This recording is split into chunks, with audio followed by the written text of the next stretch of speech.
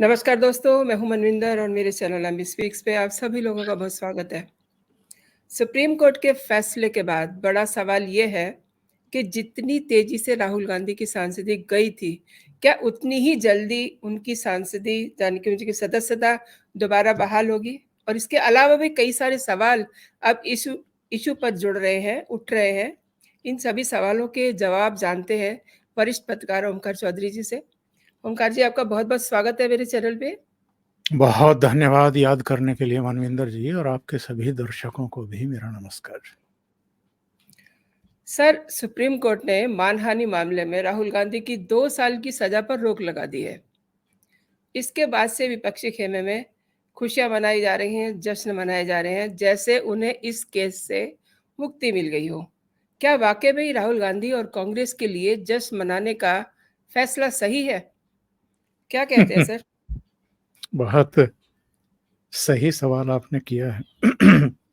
ये जी। एक क्षणिक खुशियां हैं, ठीक है। हुँ। 2 साल की सजा उनको चूंकि सुनाई गई थी सूरत की मजिस्ट्रेट कोर्ट के द्वारा, ट्रायल कोर्ट के हुँ, द्वारा। तो जी। 2 साल की सजा मैक्सिमम होती है, और 2 साल की सजा जिसको सुनाई जाती है उसकी, अगर वो विधायक है तो विधानमंडल की सदस्यता चली जाती है, अगर सांसद है तो संसद सदस्यता चली जाती है। और वही राहुल गांधी के साथ हुआ। राहुल गांधी कोई अनूठे व्यक्ति नहीं है जो कन्विक्ट जी। हुए हों और हुँ, जिनकी हुँ। सदस्यता गई हो। हुँ, इससे हुँ। पहले अलग अलग विधानसभाओं के कई सदस्य, इसके अलावा कई मेंबर ऑफ पार्लियामेंट भी अयोग्य घोषित हुए थे। हुँ, हुँ। लेकिन उनको लेकर के मीडिया में इतना बवाल नहीं देखने को मिला था जितना राहुल गांधी की संसद सदस्यता चले जाने पर देखने को मिला। तमाम तरह के सवाल खड़े किए गए, कांग्रेस ने इसको बवाल बना करके रख दिया। और अभी भी मैं देख रहा था उनका एक बयान जिसमें वो कह रहे हैं कि ये नफरत के खिलाफ मोहब्बत की जीत है। तो भैया, नफरत कौन कर रहा था 2019 के चुनाव की उस रैली में, जब राहुल गांधी ने कहा था कि ये सारे मोदी मोदी चोर क्यों होते हैं? ये मोहब्बत थी या नफरत थी? तो ये पहले तो यही तय कर लें कांग्रेस वाले। दूसरी बात ये है कि राहुल गांधी को लंबी सुनवाई के बाद ट्रायल कोर्ट ने कन्विक्ट किया था इस केस में। उनको अपना पक्ष रखने का पूरा अवसर दिया गया था, जैसा हमेशा होता है। हमारे यहाँ तो आमिर अजमल कसाब को भी पूरा मौका दिया गया था और जी, जी। सुप्रीम कोर्ट तक मौके दिए गए थे। तो राहुल हुँ, गांधी हुँ। तो फिर भी एक पार्टी के नेता हैं, और ऐसी हुँ, पार्टी हुँ। के नेता हैं जिसका नेतृत्व जवाहरलाल नेहरू से लेकर के इंदिरा गांधी और राजीव गांधी सबने किया हुआ है। तो उनको क्यों नहीं मौका दिया जाएगा? तो उनको जी। पूरे मौके दिए गए। हुँ, ट्रायल हुँ। कोर्ट में भी, सेशन कोर्ट में भी, हाई कोर्ट में भी सबकी निगाहें लगी हुई थी सुप्रीम कोर्ट पर। जी। और जब हाई कोर्ट ने कुछ तल्ख टिप्पणियां की थी, इनको हैबिचुअल क्रिमिनल करार दिया था, आदतन अपराधी, लोगों की मानहानि करने का हुँ, हुँ। आदतन अपराधी बताया था हाई कोर्ट ने। उस समय ये सवाल खड़े हुए थे कि क्या सुप्रीम कोर्ट राहत दे देगा राहुल गांधी को? और बहुत सारे लोगों का कहना था कि हाँ बिल्कुल, सुप्रीम कोर्ट तो बैठा ही इसलिए है जब तीस्ता शीतल वार्ड के लिए रात को 9:30 बजे सुप्रीम कोर्ट के दरवाजे खुल सकते हैं, तो राहुल गांधी तो बहुत बड़ी चीज है। तो जी, उसके जी। लिए तो वहां पलक पावड़े बिछा करके बैठे होंगे लोग। तो इसलिए जो है, जो रोक लगाई गई है उनकी 2 साल की सजा पर, ये जी। तो एक मसला है। 2 साल की सजा पर रोक लगाने का मतलब ये है कि इनकी संसद सदस्यता बहाल हो जाएगी। अब वो 1 दिन में हो, 10 दिन में हो, वो हो जाएगी। उसमें कहीं कोई किसी को संशय नहीं है। उनकी संसद सदस्यता बहाल होगी, वो पार्लियामेंट में भाग भी लेंगे। पर सवाल ये है कि जो इधर कांग्रेस में और दूसरे दलों में ये जो जश्न की मुद्रा दिखाई दे रही है, जैसे ही सुप्रीम कोर्ट ने उनकी 2 साल की सजा पर रोक लगाई, वैसे ही ममता बनर्जी का भी बयान, अरविंद केजरीवाल का भी बयान, अखिलेश यादव का भी, और लालू यादव से मिलने के लिए पहुंच गए केशव वेणुगोपाल को लेकर के राहुल गांधी। मतलब ऐसा एक माहौल बनाने की कोशिश हो रही है कि जैसे राहुल गांधी को तो मुक्ति मिल गई केस से, वो तो बरी कर दिए गए, जी। जबकि हकीकत ये नहीं है। हकीकत ये है कि इस समय सेशन कोर्ट के सामने जो अपील है, जो याचिका है राहुल गांधी की सजा पर पुनर्विचार करने की, जब तक उसका निपटारा नहीं हो जाता है तो सुप्रीम कोर्ट ने उस 2 साल की सजा पर स्टे कर दिया है। बस मसला इतना है। और स्टे कर दिया है सजा पर, इसलिए इनकी संसद सदस्यता बहाल हो गई है। अब ट्रायल कोर्ट को ये तय करना है कि जो सजा ट्रायल सेशन कोर्ट को ये तय करना है कि ट्रायल कोर्ट ने जो सजा सुनाई थी राहुल गांधी को, उसको बरकरार रखा जाए या उसमें कोई कमी की जाए। हुँ। जब सेशन कोर्ट इस पर अपना फैसला दे देगा, अगेन ये केस हाई कोर्ट के पास जाएगा। हाई कोर्ट जब अपनी व्यवस्था दे देगा, फिर से सुप्रीम कोर्ट आएगा और तब सुप्रीम कोर्ट इस पर सुनवाई करेगा। तो ये सीधे सीधे अभी लंबा मामला खींचना है। हाँ, जो स्टे किया है सुप्रीम कोर्ट ने, इससे बस इतना हुआ है कि 2024 में अब राहुल गांधी चुनाव लड़ पाएंगे, यानी उनके चुनाव लड़ने पर रोक नहीं है। नंबर 2, हुँ। राहुल गांधी अब तत्काल जेल नहीं जाएंगे। जब सेशन कोर्ट, हाई कोर्ट और सुप्रीम कोर्ट तय कर देंगे कि मानहानि के इस केस में इनकी सजा कितनी रहने वाली है, तब ये जेल जाएंगे। लेकिन ऐसा नहीं है कि इस केस में राहुल गांधी को कोई भी कोर्ट बरी करने जा रही है। अपराध हुआ है, मुकदमा चला है। सुप्रीम कोर्ट ने केवल इतना कहा है कि 2 साल की अधिकतम सजा राहुल गांधी को क्यों दी गई है, और इसको लेकर के भी सवाल खड़े हो रहे हैं कि सुप्रीम कोर्ट को अधिकतम सजा पर, और वो भी राहुल गांधी की सजा पर, इतनी चिंता क्यों हो रही है। जो बाकी के लोगों को सजाएं होती हैं और सालों सालों उनके केस लटके रहते हैं, वो जेलों में सड़ते रहते हैं, उनकी चिंता सुप्रीम कोर्ट क्यों नहीं कर रही है। एक परिवार विशेष से ये आते हैं, इसलिए इनकी चिंता हो रही है कि अधिकतम सजा इनको क्यों दी गई। एक और अजीबोगरीब टिप्पणी जो है वो सुप्रीम कोर्ट की तरफ से की गई कि साहब, वायनाड से ये मेंबर ऑफ पार्लियामेंट है, इन्होंने कोई अपराध किया है तो उसकी सजा वायनाड की 10 लाख या 12 लाख जनता को क्यों दिया जाए। क्या मतलब है इस टिप्पणी का। ये अवांछित टिप्पणी है और सुप्रीम कोर्ट के किसी भी जज से इस तरह की टिप्पणी ये देश करता नहीं है। और मुझे लगता है कि जो न्यायिक व्यवस्था से जुड़े हुए लोग हैं, नीचे से लेकर के ऊपर तक, उनके लिए भी ये टिप्पणी बहुत अजूबी होगी, क्योंकि इस तरीके से तो सत्येंद्र जैन जो जेल में सड़ रहे हैं पिछले 1 सवा साल से, जी। तो उनको भी वहाँ नहीं होना चाहिए। उनको भी तो उसकी उनकी क्षेत्र की जनता ने चुन करके भेजा है। अभी अरविंद केजरीवाल के deputy chief minister Manish Sisodia पिछले 6 महीने से जेल में पड़े हुए हैं, तो हुँ। उनको भी नहीं जेल भेजा जाना चाहिए था। ऐसे बहुत सारे लोग हैं, अगर कोई मेंबर ऑफ पार्लियामेंट भी है या एमएलए भी है, मंत्री भी है, अगर उसने कोई मर्डर कर दिया, किसी का अपहरण कर लिया, किसी का बलात्कार कर दिया, तो क्या कोर्ट ये कहना चाह रही है कि उनको इतनी सख्त सजा नहीं दी जानी चाहिए कि वो जेल चला जाए, और फिर उसके जो विधानसभा या संसदीय क्षेत्र के मतदाता हैं, उनकी आवाज़ कौन उठाएगा विधानसभा या लोकसभा में। क्या इम्यूनिटी मिली हुई है मेंबर ऑफ पार्लियामेंट को या लेजिस्लेटिव असेंबली के मेंबर को।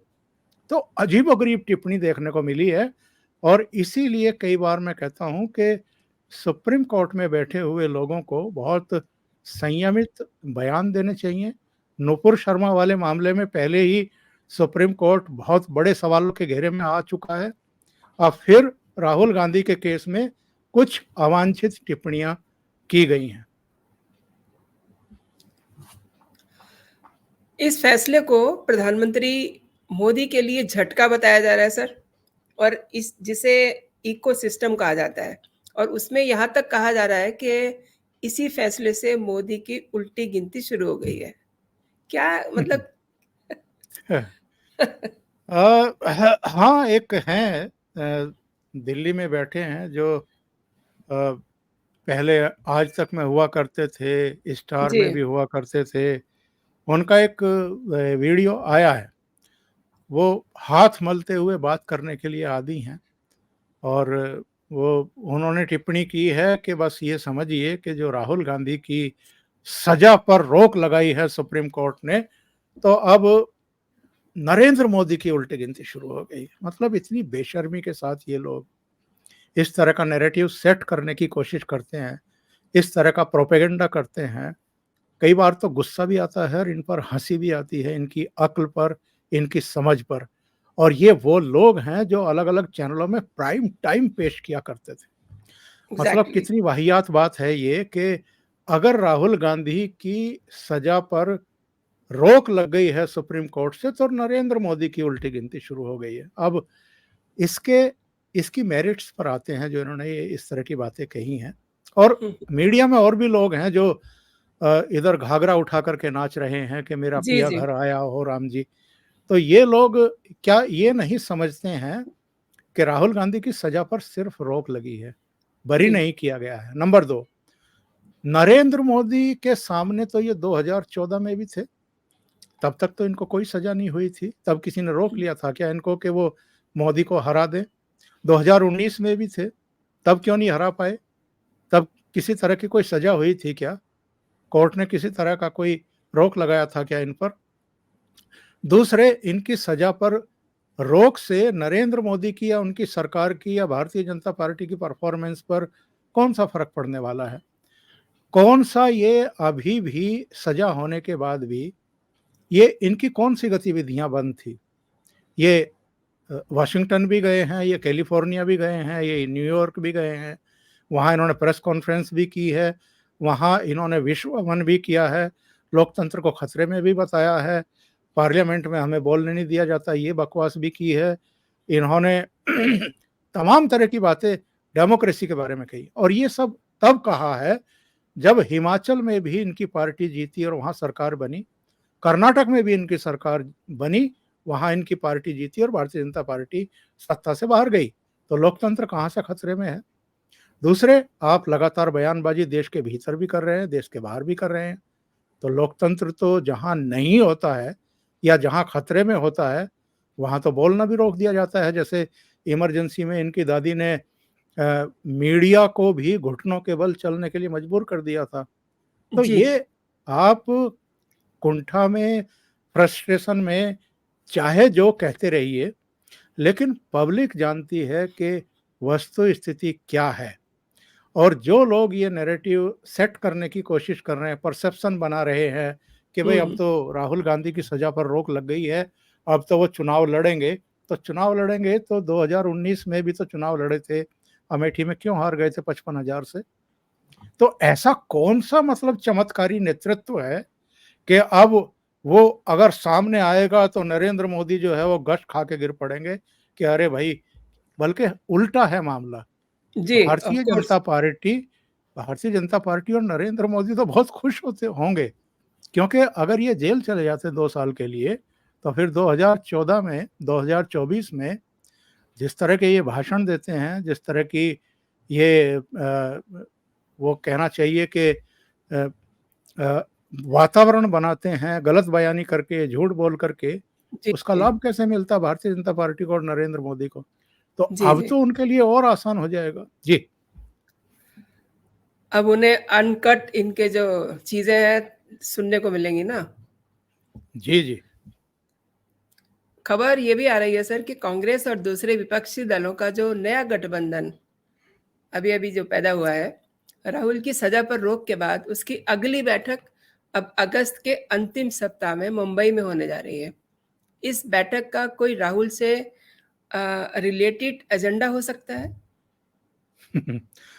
कांग्रेस तो कोशिश कर रही है कि हो जाए। हुँ, हुँ। इसीलिए जब पटना में बैठक हुई थी, तो नीतीश कुमार चाह रहे थे कि उनको संयोजक बना दिया जाए, क्योंकि और नीतीश कुमार ने बड़ी भाग-दौड़ की थी हुँ, और हुँ। सबको दौड़-दौड़ करके एयरपोर्ट पर रिसीव कर रहे थे, जी। फूलों के गुच्छे दे करके उनको, और सबको खुश करने की कोशिश कर रहे थे, बड़ी खातिरदारी भी की थी। इसके बावजूद उनको पटना में संयोजक घोषित नहीं किया गया इस नए गठबंधन का। फिर नीतीश को लगा कि हो सकता है बेंगलुरु में उनको ये गौरव प्राप्त हो जाए कि उनको संयोजन करने का अधिकार मिल जाए। वहाँ गए तो उल्टा हो गया। जब ये और लालू जी जा रहे थे, सड़कों के किनारे बड़े-बड़े पोस्टर लगे हुए थे जिसमें अनबिलीवेबल नीतीश कुमार लिखा हुआ जी। था, यानी इन पर कोई भरोसा नहीं किया जा सकता।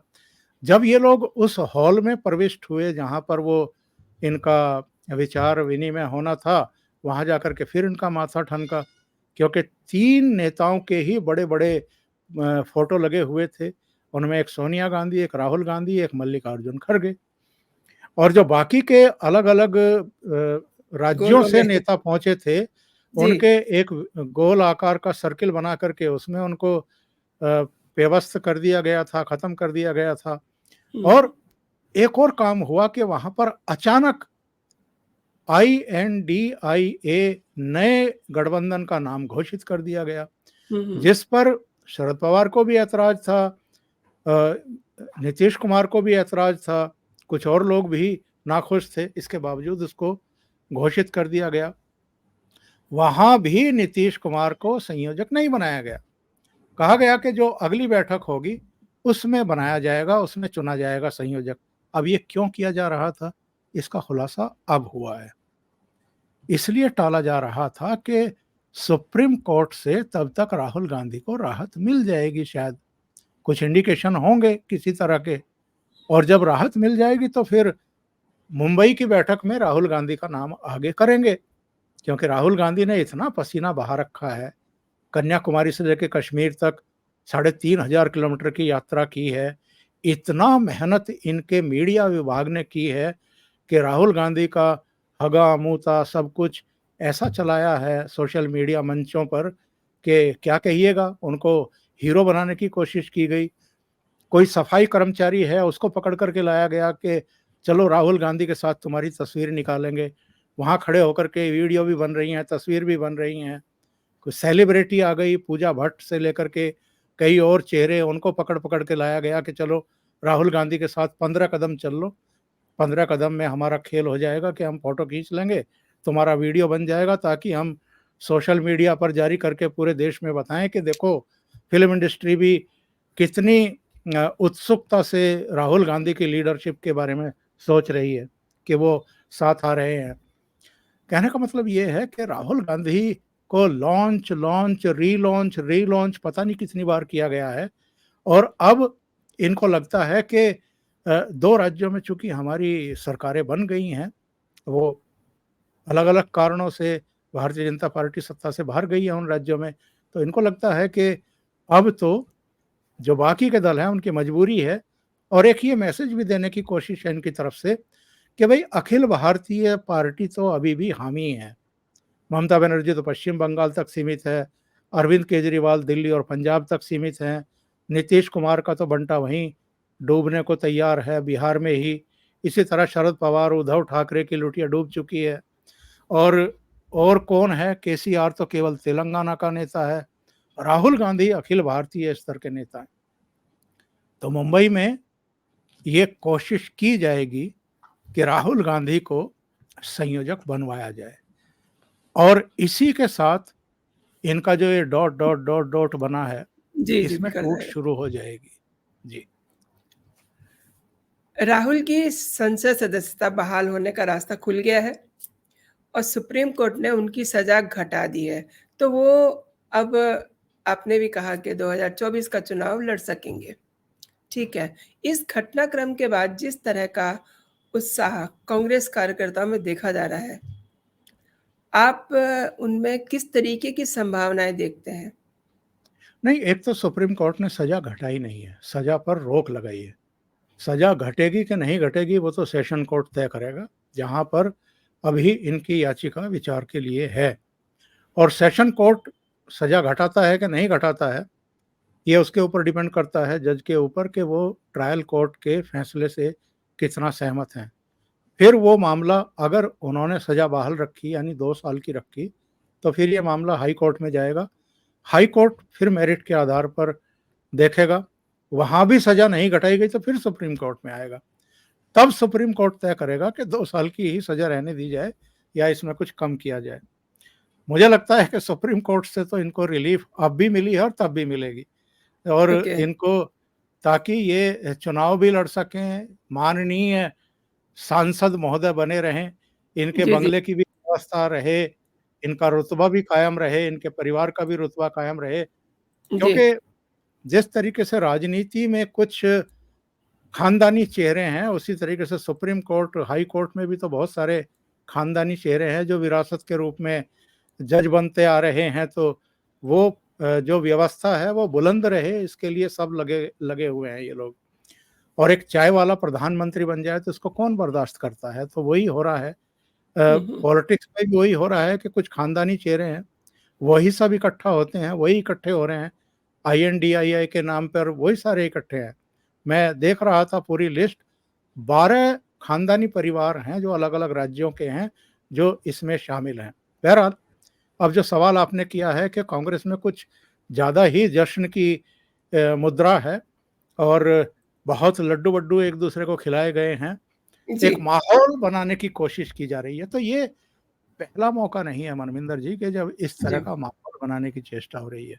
हर बार, हर बहाने पर इसी तरह का एक माहौल बनाने की कोशिश की जाती है राहुल गांधी को लेकर के।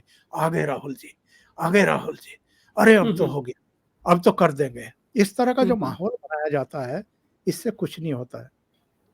राहुल गांधी 55,000 वोटों से स्मृति ईरानी से अमेठी में हार गए थे। हुँ, हुँ। पूरे उत्तर प्रदेश में जो अभी विधानसभा का चुनाव हुआ था 2022 में, हुँ, कांग्रेस हुँ। को 2 point something percent vote share मिला है पूरे प्रदेश में। तो ये जो एक, ये कहते हैं आई वॉश, आँखों में धूल झोंकने वाली बात, कि जी। पब्लिक को मूर्ख बनाइए कि बहुत महान खानदान है, हुँ, हुँ। बहुत करिश्माई नेतृत्व है, और यही हैं जो नरेंद्र मोदी को उल्टा लटका सकते हैं और सत्ता से बाहर कर सकते हैं। वस्तु स्थिति ये है, 1984 में इंदिरा गांधी की हत्या के बाद एक सहानुभूति की लहर पूरे देश में थी। राजीव गांधी की छवि एक क्लीन लीडर की थी, तब तक किसी तरह के बफ़ोर्स और पनडुब्बी वगैरह के मामले सामने आए नहीं थे। वो बाद में सब सामने आए, और उनकी 3 बड़ी गलतियाँ वो तो सब जानते हैं, श्रीलंका में शांति सेना भेजना, असम में पैक्ट करना, पंजाब में पैक्ट करना, पंजाब में जिसके साथ पैक्ट किया उसकी हत्या कर दी आतंकवादियों ने, असम में उसके बाद क्या गुलगपाड़ा हुआ, रायता बिखरा, सब जानते हैं। और फिर जब राजीव गांधी श्रीलंका के दौरे पर गए तो जब उनको गार्ड ऑफ ऑनर दिया जा रहा था तो एक सैनिक ने ही उन पर अटैक कर दिया था बंदूक से। तो राजीव गांधी की जितनी विफलताएं रही हैं उनको हम छोड़ भी दें आज, हुँ, तो हुँ। मेरा कहना सिर्फ इतना है कि ये जो कांग्रेस के भीतर से एक अ, खानदान की स्तुति करके एक एक वातावरण बनाया जाता है पूरे देश में कि साहब बस इनकी वजह से ही संभावनाएं बची हुई हैं कि नरेंद्र मोदी को निकाल बाहर करेंगे और फिर से एक कांग्रेस की लीडरशिप में सरकार बन जाएगी। तो ये अभी तक तो जो इनका परफॉर्मेंस रहा है, और अलग-अलग राज्यों में जो घायल अवस्था में अलग-अलग क्षेत्रीय पार्टियों की लीडरशिप पड़ी हुई है, अपने जख्म सहला रही है, जो उनके खिलाफ लूट-पाट के, भ्रष्टाचार के केस इस समय चल रहे हैं, जो इन्वेस्टिगेशन चल रही है, उसके मद्देनज़र, और जितने भी अभी ओपिनियन पोल आए हैं, सर्वे आए हैं, और जिस तरह का वातावरण इस समय देश में बन रहा है, नरेंद्र मोदी सरकार के जो जितने भी बड़े प्रोजेक्ट थे वो अब ज़मीन पर उतरने शुरू हो चुके हैं। उसके बाद किसी को कोई संदेह नहीं है कि नरेंद्र मोदी की बड़ी ईज़िली 2024 में वापसी हो रही है और वो तीसरी बार प्राइम मिनिस्टर बनने जा रहे हैं। पिछले दिनों नरेंद्र मोदी का एक भाषण हुआ था और उन्होंने ये कहा था, ये हुआ था जब प्रगति मैदान में international exhibition and convention centre का वो उद्घाटन कर रहे थे। जी, जी। उन्होंने कहा था कि अमेरिका हो, फ्रांस हो, यूएई हो, जापान हो, ऑस्ट्रेलिया हो, पापुआ न्यू गिनी हो, सारे देशों की जो बॉडी लैंग्वेज है इस समय भारत को लेकर के, वो भारत का नाम ले रहे थे, लेकिन अगर मैं अपने शब्दों में कहूं तो नरेंद्र मोदी की लीडरशिप को लेकर के, और ऑब्वियसली। जिस तरीके से वो दीर्घकालिक समझौते कर रहे हैं इनकी सरकार के साथ में और रक्षा सौदे कर रहे हैं, ऐसा कभी नहीं हुआ कि अमेरिका या फ्रांस जो जेट टेक्नोलॉजी है उनके पास, उन्होंने किसी मुल्क को इस तरीके से उसकी तकनीक ट्रांसफर की हो जो अब भारत के लिए वो ट्रांसफर करने को तैयार हुए। अमेरिका 80% टेक्निक ट्रांसफर करने को तैयार है, फ्रांस 100% करने को तैयार है। और इसके बाद जो हमारे यहाँ लड़ाकू विमान या हेलीकॉप्टर बनेंगे, उनमें जो जेट इंजन बनेंगे अत्याधुनिक अमेरिकी और फ्रांस की कंपनियों के, उसके बाद कितनी संभावनाओं के द्वार भारत में खुलने वाले हैं। मेरा कहने का मतलब ये है कि जब विदेशों में जो ताकतें मानी जाती हैं, महाशक्तियां मानी जाती हैं, विकसित देशों के जो राष्ट्र प्रमुख हैं, वो भी ये मान करके चल रहे हैं कि नरेंद्र मोदी आ रहे हैं, तो फिर कांग्रेस और इनके जो सहयोगी दल हैं भले ही कितना भी वातावरण बनाने की कोशिश करें, उसका कुछ होना जाना नहीं है। नतीजे वही आएंगे, लगभग उतनी ही सीटें आएंगी, उसमें इंक्रीज हो सकती हैं, कम होने की तो मुझे कोई अभी तक आशंका दिखाई दे नहीं रही। सर, अभी आपने कहा था कि मीडिया का एक सेगमेंट जो है वो ऐसा नैरेटिव बना रहा है और मीडिया के एक हिस्से और राजनीति के कुछ जानकार जो हैं, वो नए गठबंधन का जो घटक दलों ने यदि 1977 और 1979 की तरह सीटों की शेयरिंग को ठीक से एस्टैब्लिश कर लिया, तय कर लिया, तो मोदी की अगुवाई में लड़ने वाले एनडीए की को मतलब कड़ी टक्कर मिल सकती है। ये उनका ये नैरेटिव। एक्चुअल में ये नैरेटिव बनाने की कोशिश कर रहे हैं कुछ लोग, ये बात सही है, आपने सही कहा है। लेकिन 1977 आज नहीं है, आज 2023 है, आज 1989 भी नहीं है, आज मोदी युग है। और मुझे ये कहने में कोई हिचक नहीं है, 1947 से लेकर के आज तक जितने भी प्राइम मिनिस्टर बने हैं, इतना सम्मान किसी प्राइम मिनिस्टर को दुनिया के अलग अलग देशों में नहीं मिला है जितना नरेंद्र मोदी को मिल रहा है। नो डाउट, और मैं वेरी विदेशों की ऑनेस्ट। बात नहीं कर रहा हूं, मैं अपने देश के भीतर की भी बात कर रहा हूं। देश के भीतर भी जितना आंख मूंद करके महिलाएं हों, युवा हों, बुजुर्ग हों, हर अलग अलग जो सेक्टर के लोग हैं, उनका जिस तरीके का भरोसा नरेंद्र मोदी पर है उतना किसी पर नहीं है। नंबर 2, 1977 में और 1989 में क्या हुआ था? 1977 में इमरजेंसी हटी थी लंबे संघर्ष के बाद, और इमरजेंसी जब लगाई गई थी 25 जून 1975 को, तब जेपी से लेकर के चौधरी चरण सिंह, मोरारजी देसाई, अटल बिहारी वाजपेयी, अडवाणी, तमाम दिग्गज जितने भी थे, जॉर्ज फर्नांडिस से लेकर के सबको उठा करके जेलों में ठूंस दिया गया था। करीब 3000 नेताओं को रातों रात गिरफ्तार करके अलग अलग जेलों में या गेस्ट हाउस में पहुंचा दिया गया था। जेपी उस समय गांधी शांति प्रतिष्ठान में दिल्ली में मच्छरदानी लगा करके सोए हुए थे, और दिन में उनकी 25 जून को रामलीला मैदान में एक ह्यूज रैली हुई थी जिसमें करीब 1 लाख लोगों ने भाग लिया था, और उन्होंने डायरेक्ट एक्शन का कॉल दे दिया था। ये कहा था सेना से और अर्धसैनिक बलों और पुलिस से कि अगर इंदिरा गांधी गलत आदेश दे तो उसको मानने से इनकार कर दो।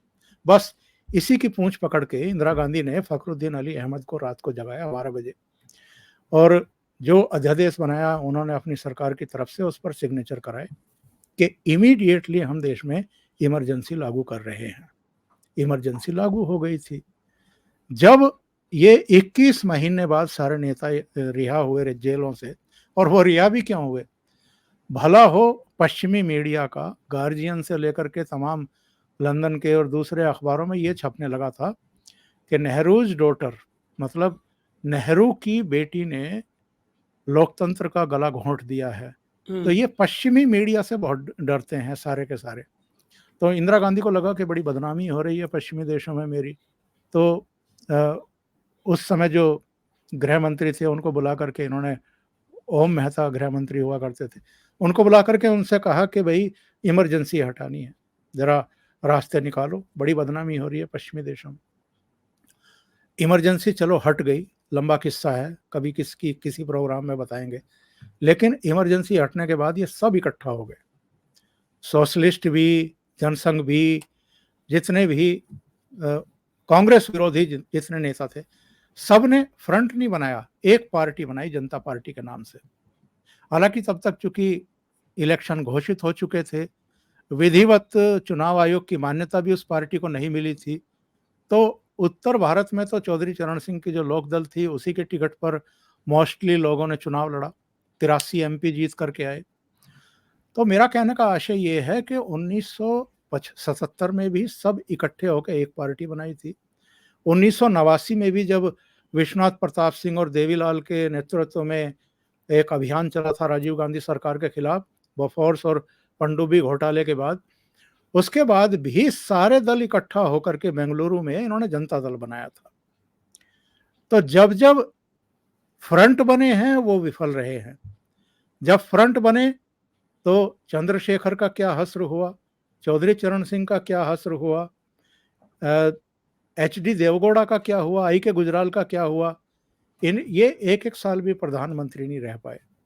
जब जब पार्टियां बनी तब कुछ समय तो कम से कम सरकारें चली। हालांकि मोरारजी भाई भी ज्यादा समय प्रधानमंत्री नहीं रहे, चरण सिंह बना दिए गए। वीपी सिंह ज्यादा प्रधानमंत्री नहीं रहे, चंद्रशेखर बना दिए गए। ये सारे जितने गठबंधन और इस तरह के प्रयोग थे वो सारे विफल हुए। आज भी अगर ये लोग इकट्ठा हो रहे हैं, और इसलिए नहीं हो रहे हैं कि हमें नरेंद्र मोदी से बेहतर शासन व्यवस्था लेकर के आनी है या भारत की जनता को देनी है और भारत की जनता की सेवा करनी है, इसलिए इकट्ठे हो रहे हैं कि ममता बनर्जी का भतीजा अभिषेक बनर्जी, उनकी बहू, उनकी साली, सब भ्रष्टाचार के केस में फंसे हुए हैं। उनके कैबिनेट मंत्री पार्थ चटर्जी, जिनके यहाँ से अर्पिता मुखर्जी, इनके यहाँ से 54 करोड़ कैश बरामद हुआ था, भ्रष्टाचार उजागर हुआ, इसलिए क्योंकि महाराष्ट्र में एनसीपी के 2 कैबिनेट स्तर के मंत्री भ्रष्टाचार में जेल गए थे, इसलिए कि लालू का कुनबा जो है वो पूरा ही जेल जाने को तैयार बैठा हुआ है चारा घोटाले और रेलवे घोटाले में। राहुल गांधी और उनकी मम्मी सोनिया गांधी ऑलरेडी जमानत पर हैं। 8 दौर की पूछताछ ईडी इनसे पूछताछ कर चुकी है, वो जो हेरल्ड वाला मामला था। तो जी, जी। इनमें अधिकांश वो लोग हैं जिन पर भ्रष्टाचार के गंभीर आरोप, ये सब अपनी खाल बचाने के लिए इकट्ठा हो रहे हैं और नरेंद्र मोदी को किसी भी तरीके से विदा करने के लिए एडामेंट हैं, क्योंकि नरेंद्र मोदी जब तक हैं तब तक ना तो इनकी सत्ता में वापसी हो पाएगी, ना इनकी 2014 से पहले जो लूटपाट चल रही थी वो फिर से शुरू हो पाएगी, और ना इनकी जान बचेगी। ये लोग सत्ता में आ जाएं, नरेंद्र मोदी हट जाए, तो फिर एजेंसियों को अपने हिसाब से ये मैनेज करेंगे। और जितने ये भारी भरकम केस इन पर लगे हुए हैं, अरविंद केजरीवाल भी, जो भ्रष्टाचार विरोधी आंदोलन के गर्भ से पैदा हुआ, अन्ना आंदोलन के, और कहते थे कि भ्रष्टाचार पर 0 टॉलरेंस होगी।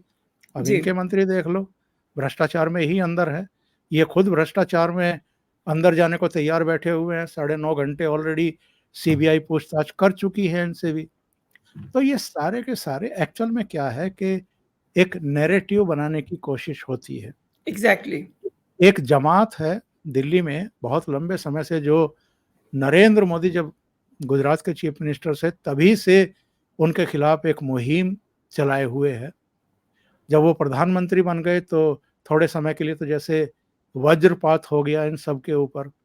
अब जब भी चुनाव आते हैं और ख़ास तौर से लोकसभा के चुनाव आते हैं तो ये फिर सक्रिय हो जाते हैं, और जो जैसे वो रात में हम 1 डेढ़ बजे 2 बजे हुआ की आवाज़ें सुनते हैं जंगलों में गीदड़ों की, इनका वही हाल है। चुनाव के समय ये हुआ करना शुरू करते हैं, और जब तक मतदान नहीं हो जाता है तब तक ये लोग नरेंद्र मोदी को हरवाते ही रहते हैं।